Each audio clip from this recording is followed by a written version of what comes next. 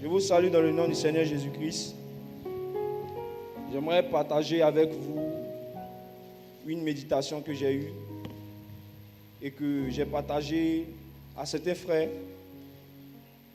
C'est concernant le danger de ceux qui vivent selon la chair. On va prendre un passage ensemble. Nous sommes dans Genèse chapitre 38, à partir du verset 1. Genèse chapitre 38, à partir du verset 1. Et il arriva en ce temps-là que Judas descend d'avec ses frères et se retire vers un certain Adullamite, dont le nom était Hira. C'est bon. La Bible dit ici dans Genèse chapitre 38, verset 1, il arriva qu'en ce temps-là, Judas s'éloigna de ses frères et se retira vers un homme d'Adullam nommé Hira. Donc la Bible nous parle de l'histoire d'un des fils de Jacob qui vivait avec Jacob et ses frères, qui marchait avec Jacob et ses frères. Mais la Bible nous dit qu'arrivé un moment donné de sa marche, il s'est éloigné, il s'est retiré de la présence de ses frères pour aller s'attacher à un homme nommé Adullam, qui signifie justice du peuple. Justice du peuple, au nom de Dieu. Donc, il avait abandonné la justice de Dieu pour vivre selon la chair. Ici, dans ce passage, on nous montre l'histoire d'un chrétien qui abandonne la communion fraternelle pour s'attacher à quelqu'un qui n'a pas de communion fraternelle, qui n'a pas d'intimité avec Jésus, qui n'a pas de relation avec Jésus-Christ. Et regardez ce qui va arriver à Judas. C'est un enseignement profond pour nous. C'est un enseignement profond qu'on peut tirer de la vie de Judas. Judas, de qui est sorti le lion de Judas. Regardez ce qu'il est devenu en s'éloignant de ses frères. On va continuer la lecture. Verset 2. Là, il vit la fille d'un Cananéen du nom de Shua. Il la prit pour femme et eut des relations avec elle. Elle tomba enceinte et mit au monde un fils qu'elle appela Er. Elle tomba enceinte et donna naissance à un fils qu'elle appela Onan. Elle mit de nouveau au monde un fils qu'elle appela Shéla. Judas était à Sib quand elle lui donnait naissance. Judas prit pour Er, son fils aîné, une femme du nom de Tamar. Er, le fils aîné de Judas, était méchant aux yeux de l'Éternel, et celui-ci le fit mourir. Alors Judas dit à Onan, unis-toi à la femme de ton frère, remplis tes devoirs de beau-frère envers elle, et donne une descendance à ton frère. Sachant que cette descendance ne serait pas pour lui, Onan perdait sa semence par terre lorsqu'il devait avoir des relations avec sa belle-sœur, afin de ne pas donner de descendance à son frère. Ce qu'il faisait déplut à l'Éternel, qui le fit aussi mourir. Alors Judas dit à sa belle-fille Tamar, reste veuve chez ton père, jusqu'à ce que mon fils Shéla soit grand. Il disait cela parce qu'il avait peur que Shéla ne meure comme ses frères. Tamar s'en alla donc habiter chez son père. Bien des jours passaient et la fille de Shua, qui était la femme de Judas, mourut. Une fois consolé, Judas monta à Tima vers ceux qui tondaient ses brebis. Il y monta avec son ami Hira l'Adullamite. On annonça à Tamar, ton beau-père monte à Tima pour tondre ses brebis. Alors, elle retira ses habits de veuve, se couvrit d'un voile dont elle s'enveloppa, et elle s'assit à l'entrée d'Énaïm, sur le chemin de Tima. Elle voyait bien en effet que Shéla était devenu grand et qu'elle ne lui était pas donnée en mariage. Judas la vit et la prit pour une prostituée. parce qu'elle avait couvert son visage. Il aborda sur le chemin et dit, « Laisse-moi avoir des relations avec toi. » Il ignorait en effet que c'était sa belle-fille. Elle dit, « Que me donneras-tu pour cela ?» Il répondit, « Je t'enverrai un chevreau de mon troupeau. » Elle dit, « Donne-moi un gage jusqu'à ce que tu l'envoies. » Il répondit, « Quel gage te donnerai-je » Elle dit, « Ton seau, ton cordon et le bâton que tu tiens. » Ok, c'est bon. Ton seau, ton cordon et le bâton que tu tiens. Donc on voit ici que Judas a pris une femme. Et de cette femme, il avait 3 fils. Et il a pris une fille pour son premier fils qui s'appelait Er. Et la Bible nous dit que ce que Er faisait n'était pas agréable aux yeux du Seigneur et Dieu l'a frappé. Et il a donné Onan pour mari à Sheila, en lui disant d'aller vers elle et de donner la postérité à son frère. Mais la Bible nous dit aussi que lorsque Onan est parti vers Sheila, il a jeté sa semence par terre. Et la Bible nous dit encore que ce qu'il a fait n'était pas agréable aux yeux de Dieu. Dieu l'a frappé. Il restait un dernier. Mais ce dernier était encore jeune. Ce dernier n'était pas encore grand. Et comme Judas vivait dans la chair, il avait perdu le discernement. Il avait peur. La peur l'a emparé. Il va se dire, bon, j'ai donné mes 2 fils. Ils sont morts. Il me reste le plus jeune. Si je donne à cette femme-là, elle va le tuer encore. Parce qu'à chaque fois que mes fils vont vers elle, j'ai constaté qu'ils meurent. Donc, qu'est-ce que je vais faire? Je vais lui dire d'attendre à ce que mon fils, le dernier, grandisse. Et après, je vais lui donner. Et arrivé à un moment donné, on nous dit que Tamar est partie dans sa maison. Et Tamar a porté des habits de prostituée lorsqu'elle a entendu que son beau-père passait. Et elle est allée vers lui. Lorsqu'il a vu la prostituée, qu'est-ce qu'il a fait? Il voulait aller vers elle. Il voulait coucher avec elle. Il avait perdu le discernement. Il avait perdu sa communion avec le Seigneur Jésus. Il avait perdu son intimité avec le Seigneur. Du coup, il s'enfonçait petit à petit dans le péché. Lorsqu'il a vu Tamar, comme on le dit, il pensait que c'était une prostituée. Il veut aller vers elle.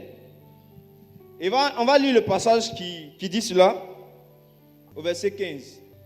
Judas la vit et la prit pour une prostituée, parce qu'elle avait couvert son visage. Il aborda sur le chemin et dit, « Laisse-moi avoir des relations avec toi. » Il ignorait en effet que c'était sa belle-fille.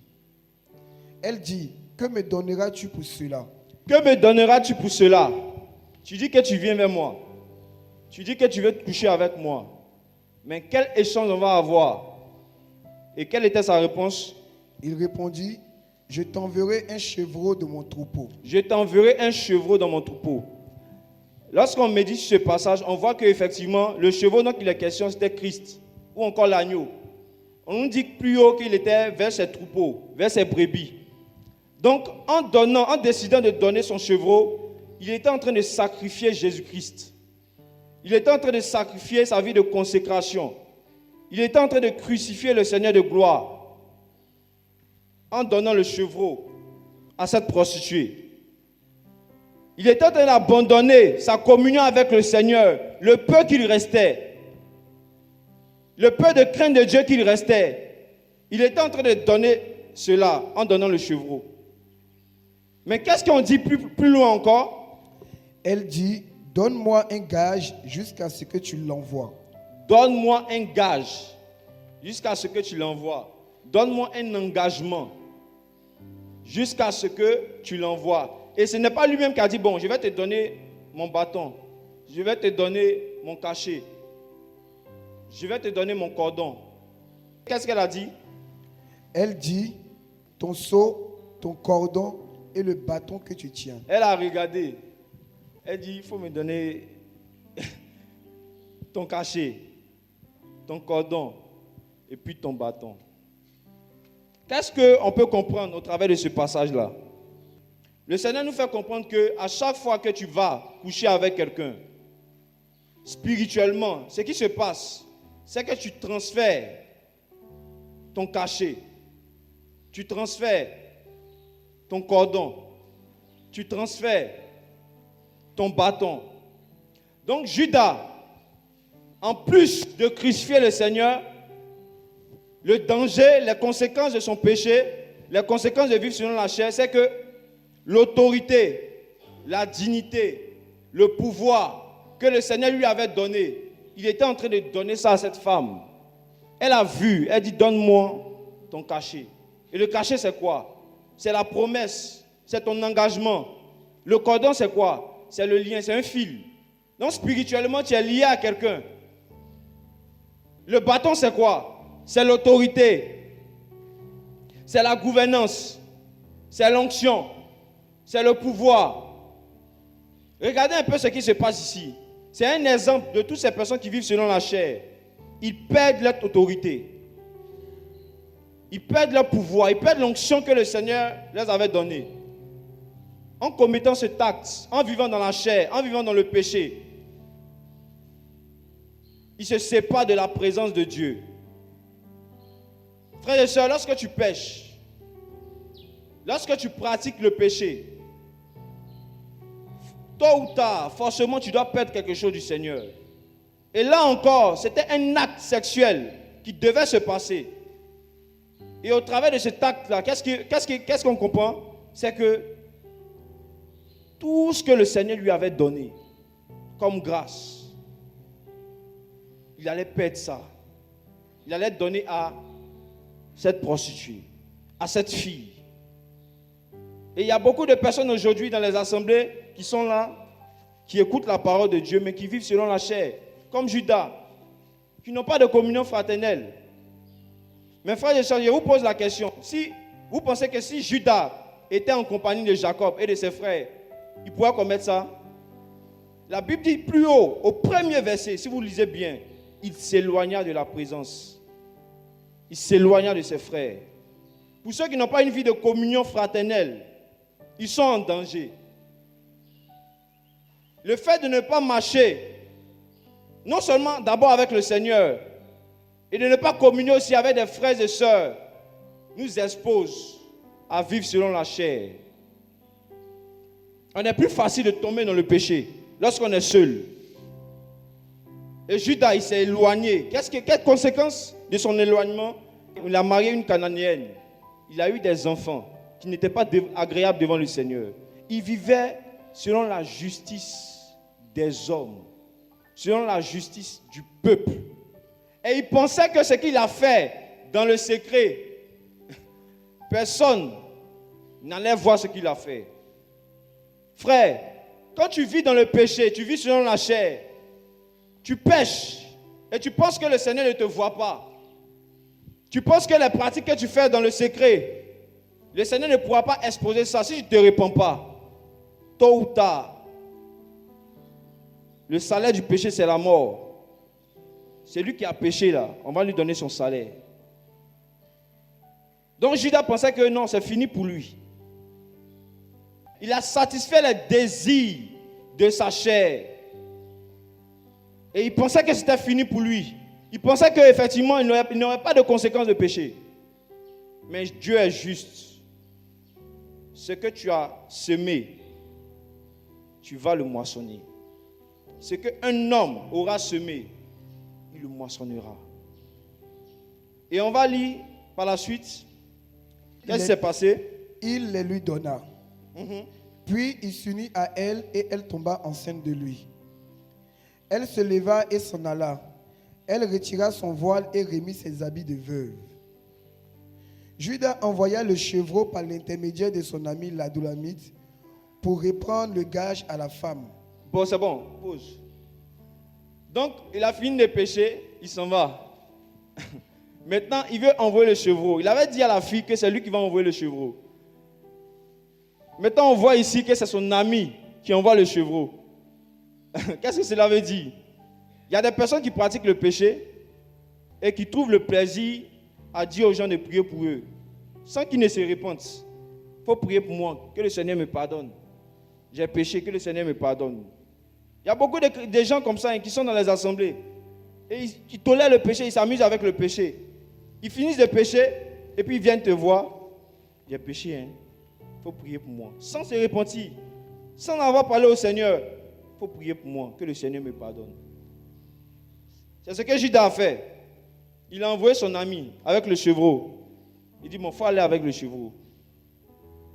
Et qu'est-ce qui s'est passé par la suite? Il envoya le chevreau par l'intermédiaire de son ami l'Adulamite pour reprendre le gage à la femme. Mais celui-ci ne la trouva pas.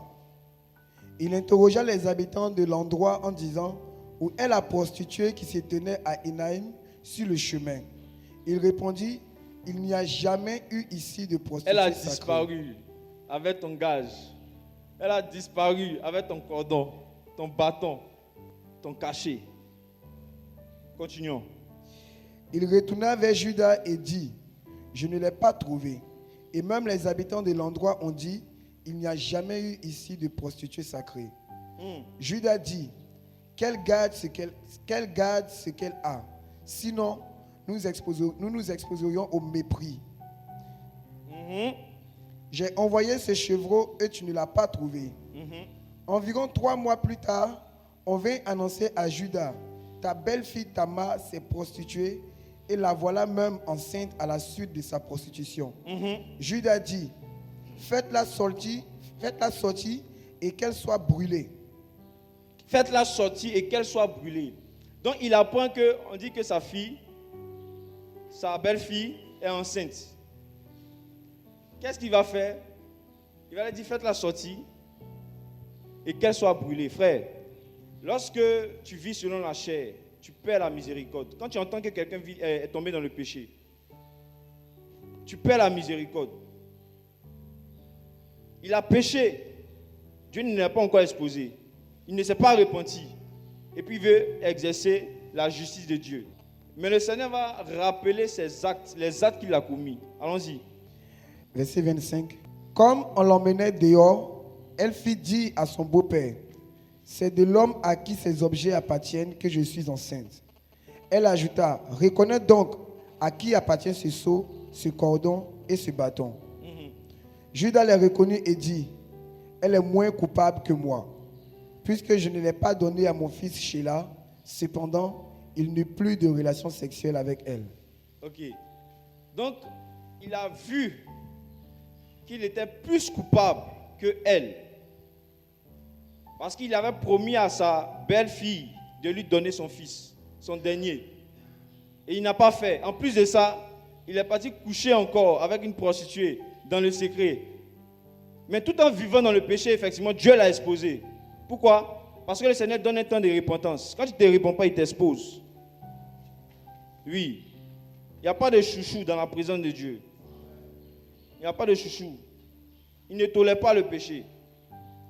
Mais regardez quelque chose. Lorsqu'il a appris que sa belle-fille a péché, est tombée enceinte, il dit qu'elle soit brûlée. Et c'est l'attitude des chrétiens d'aujourd'hui.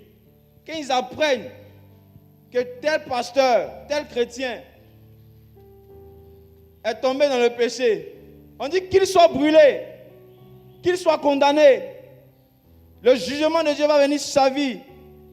Pourquoi? Parce que celui qui vit selon la chair, il a perdu la miséricorde. Et la miséricorde est un sacrifice spirituel.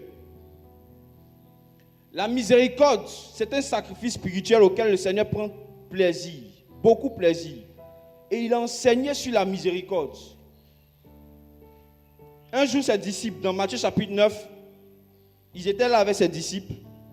Et on va prendre le passage. Les pharisiens sont venus le voir.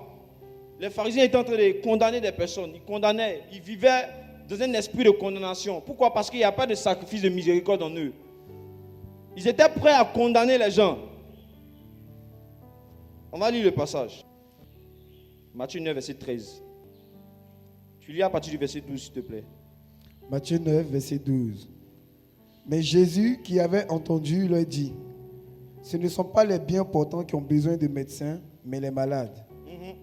Allez apprendre ce que signifie « je désire la bonté et non les sacrifices ». En effet, je ne suis pas venu appeler des justes, mais des pécheurs à changer d'attitude. Amen. Au verset 13, dans ma version, on nous dit, mais allez et apprenez ce que veulent dire ces paroles. Il dit aux pharisiens qui condamnaient des personnes, il dit, allez et apprenez ce que veut dire ces paroles. Je prends plaisir à la miséricorde et non au sacrifice. Vous êtes dans beaucoup de sacrifices. Il y a beaucoup de chrétiens, effectivement, qui font des dons. Gloire à Dieu. Il y a beaucoup de chrétiens, effectivement, qui prient. Gloire au Seigneur. Il y a beaucoup de chrétiens qui jeûnent même, qui visitent même des frères et sœurs, mais ils n'ont pas la miséricorde en eux. Dès qu'ils entendent que quelqu'un, même leur frère avec qui ils étaient proches, intimes, est tombé dans le péché. Oh, il est tombé dans le péché. On ne doit plus s'approcher de lui. On ne doit plus parler avec lui.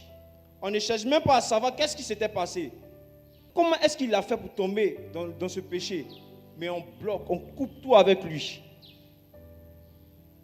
Et Dieu dit, je prends plaisir à la miséricorde et non au sacrifice. Tu peux faire beaucoup de sacrifices et puis ne pas avoir la miséricorde en toi. Tu peux être même un docteur et puis ne pas avoir la miséricorde en toi. Rappelez-vous, un jour, il y a un docteur qui est venu dire au Seigneur, qui est mon prochain? Qui est mon prochain, Seigneur? Qui est mon prochain? Le Seigneur a donné une parabole parlant du bon samaritain.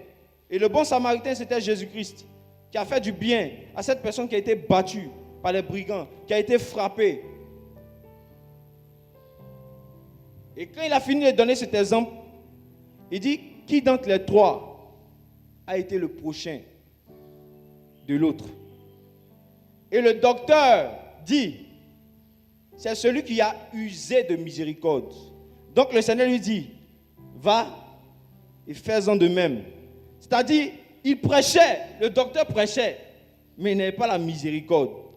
Donc le Seigneur est en train de lui montrer son état. Et il y a beaucoup de chrétiens aujourd'hui qui n'ont pas cette miséricorde-là en fait. Est-ce que tu as la miséricorde de Dieu en toi? La Bible dit que le Seigneur est lent à la colère, riche en bonté, riche en miséricorde.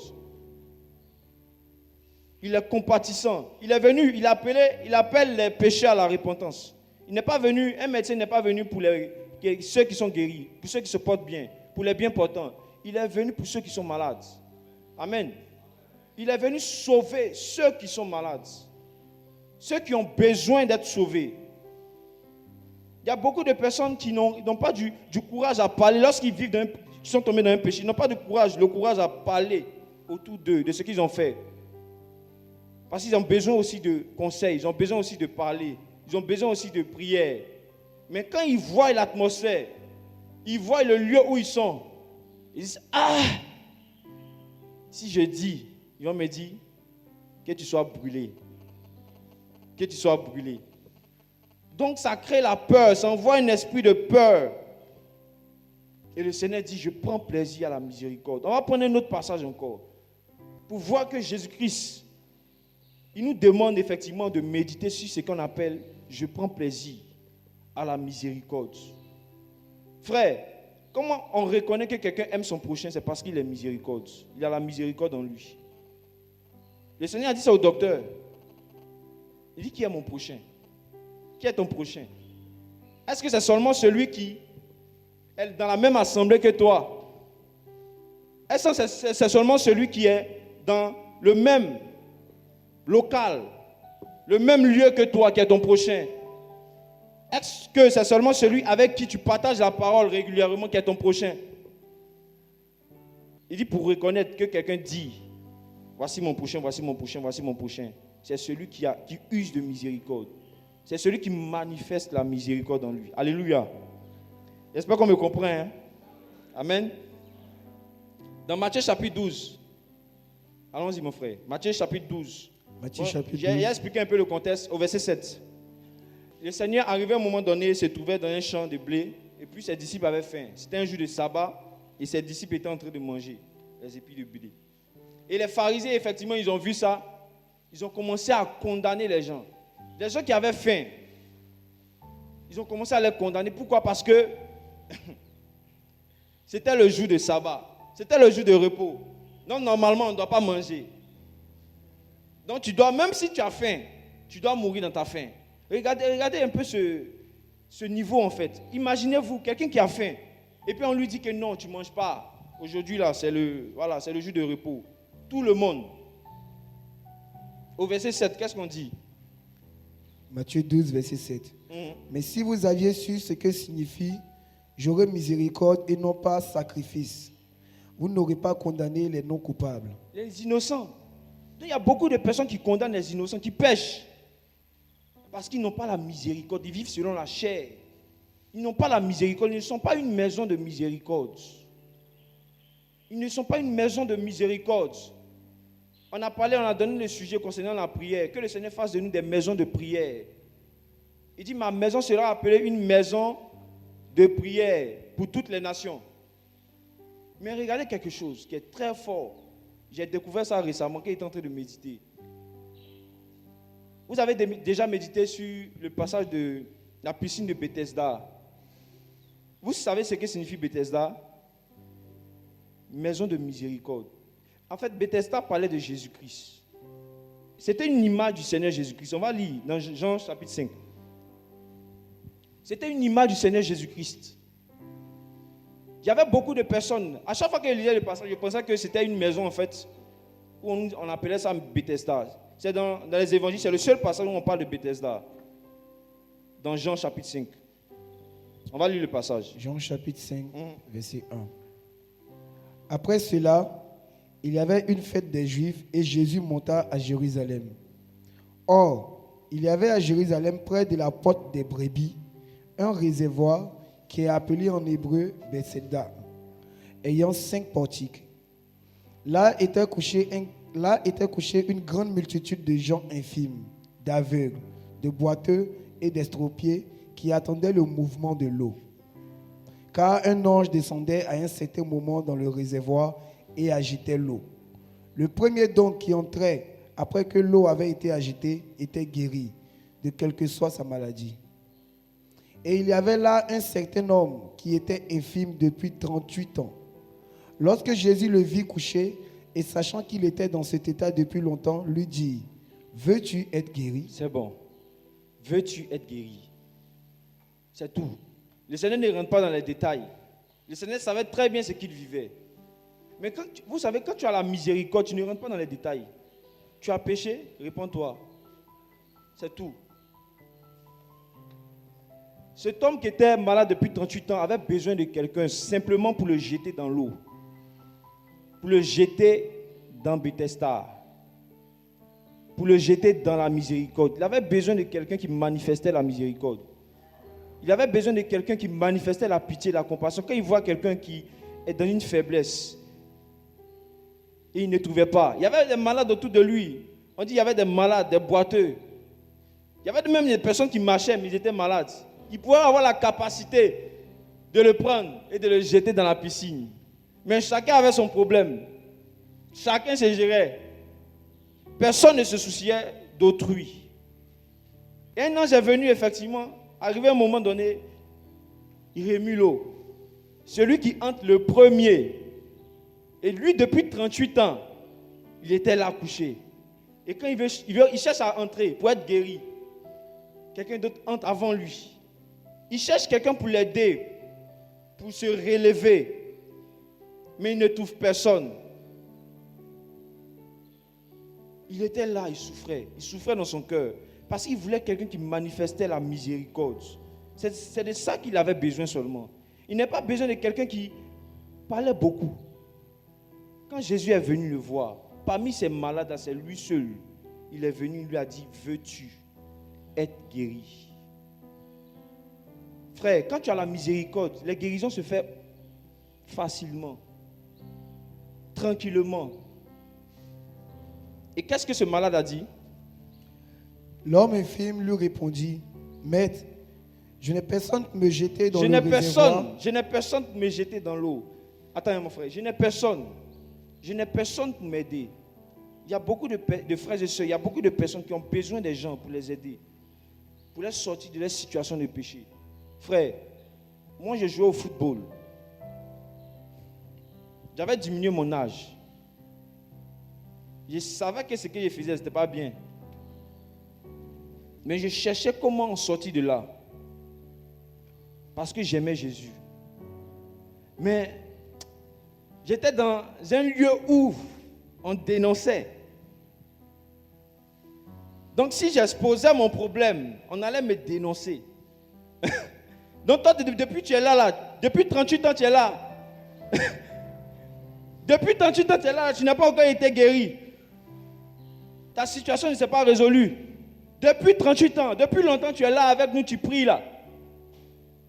Mais un jour, c'était à une prédication. Il y a un frère qui prêchait la parole. J'étais là, écoutait. Puis le Saint-Esprit m'a touché. Et je suis allé voir le frère. Il dit, frère, ce que tu as dit, tout ce que tu as dit, c'est moi. Tout ce que tu as dit, prêcher là, c'est moi. Et puis de la manière le frère s'est comporté, il a dit, c'est de ça que j'avais besoin. C'est de ça que j'avais. Je vais vous dire quelque chose qui est vécu, personnellement. C'est vrai, tu es là comme ça, mais tu n'es pas à l'aise.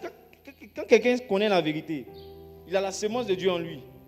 Il ne peut pas prendre son plaisir à pécher. Il ne peut pas vivre dans le péché, il ne peut pas vivre dans la chair.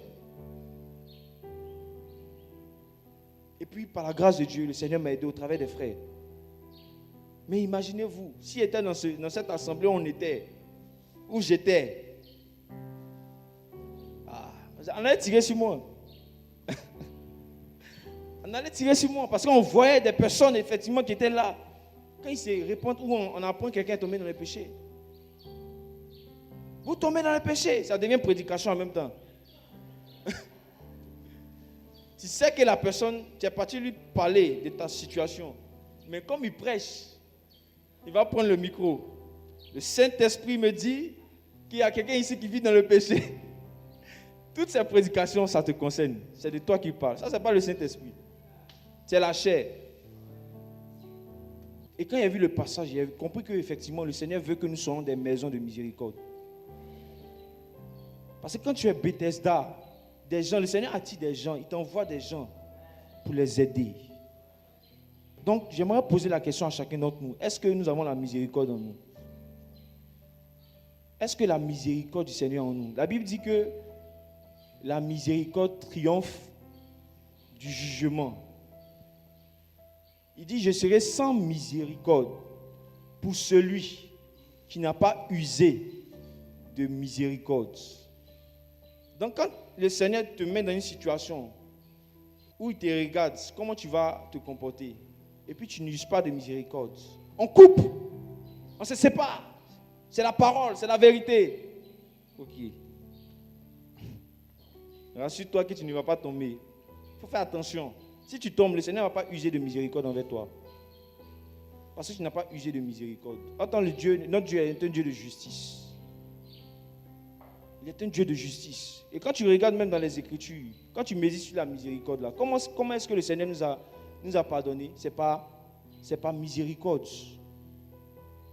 La Bible dit que lorsque le grand prêtre, le souverain sacrificateur, se mettait dans le Saint des Saints, avec le sang des agneaux, pour ses péchés et pour le péché du peuple, il mettait ce sang où?